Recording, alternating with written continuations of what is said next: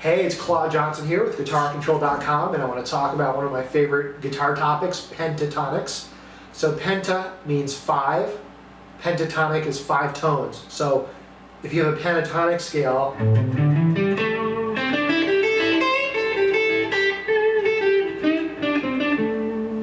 so that's only 5 notes. 1, 2, 3, 4, 5, and then it repeats.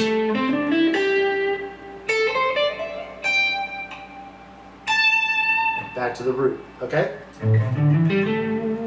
And like any scale, you can play this all over the neck. So in the key of A, we've got the notes A, C, D, E, and G. So anywhere in the neck, like if I want to find a G, A, C, okay, that's part of the pentatonic scale up here.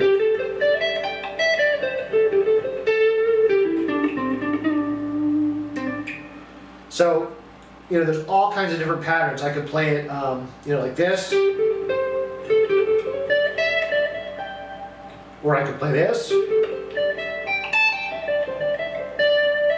Or I could play this. Or I could play this. Or I could play this. So lots of different ways.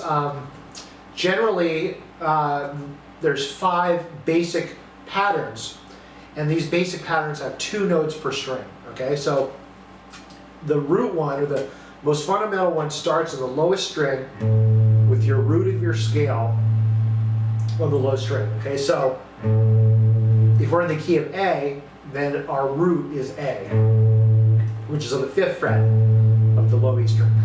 So we have this, like 5, 8, 5, 7, 5, 7, 5, 7, 5, 8, and then again 5, 8. Whoop.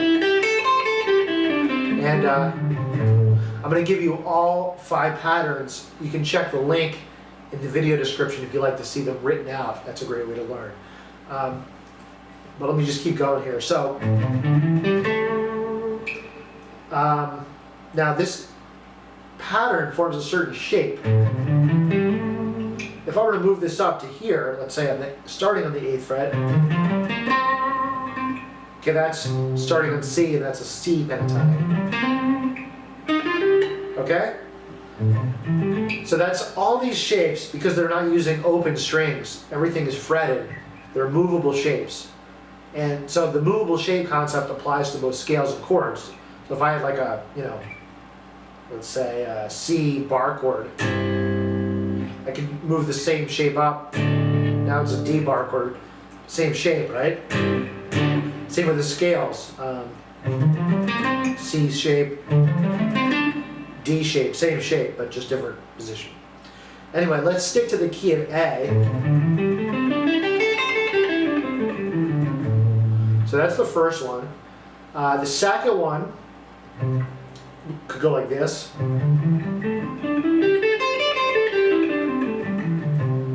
So here you have 8, 10, 7, 10, 7, 10, 7, 9, 8, 10, 8, 10. And again, you can check the link in the video description if you want to see it written out. So the third pattern is like this.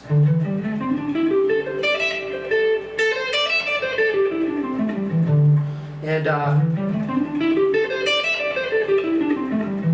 there's multiple ways to finger this. So what I'm doing here is 10 to 12, 10, 12, 10, 12, and then it's going to be 9, 12, 10, 13.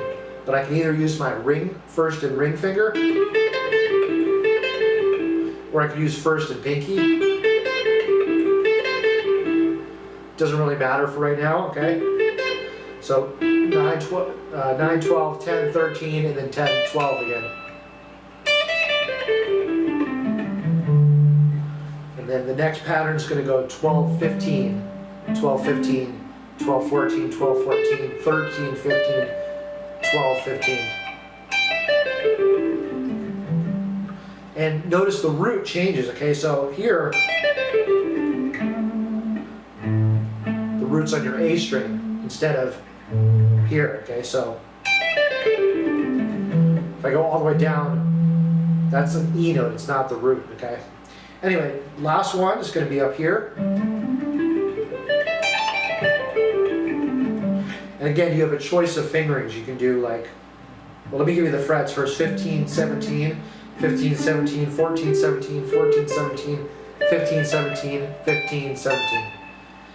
Again, check the link to see them all written out. But you know, I could use first finger, ring finger, and then again first finger, ring finger with a stretch. Or I could do this, like middle finger, pinky, and then first finger, pinky, and then again ring finger, pinky. It's not really that important which fingering you choose. You can practice it both ways if you want. Also realize that this pattern is the octave of this. So now you can see. Oh.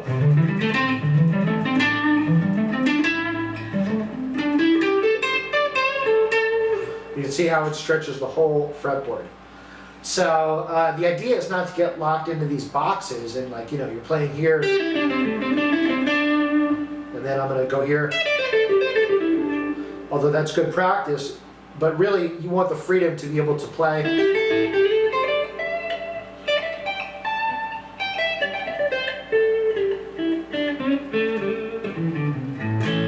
all over the place, okay? So hopefully that made sense. Again, check the link. And I go a lot deeper into how to use Pentatonics and how to solo with them inside my guitar course, Killer Guitar Control Secrets. So you can check that out at guitarcontrol.com/secrets. Alrighty, thanks for watching, and I'll talk to you soon.